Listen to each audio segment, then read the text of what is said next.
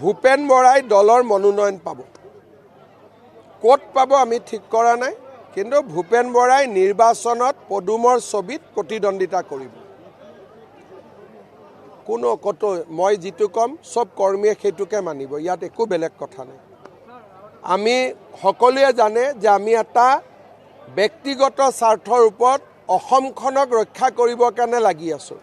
সেইকাৰণে বিহপুৰীয়া হওক, ৰঙানদী হওক, মই আৰু দিলীপ শইকীয়াই নীতিন নবীনৰ অনুমোদন ক্ৰমে যিটোৱে সিদ্ধান্ত ল'ম সেইটোৱে সকলোৱে এটা শব্দও নোকোৱাকৈ মানি ল'ম।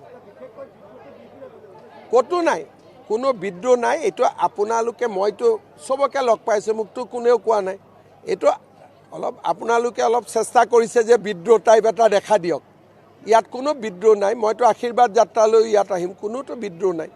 নাওবৈচা সমষ্টিত বিজেপিয়ে খেলিব, ভাল কৰি খেলিব। ৰঙানদীতো বিজেপিয়ে খেলিব, ভাল কৰি খেলিব।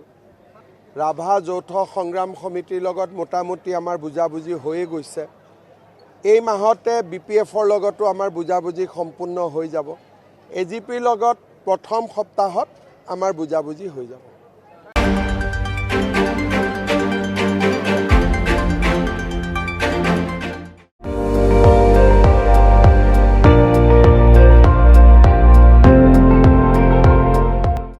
আপুনি চাই আছে ND24, সৰ্বশ্ৰেষ্ঠ নহয়, সৰ্বোত্তমৰ দৌৰা।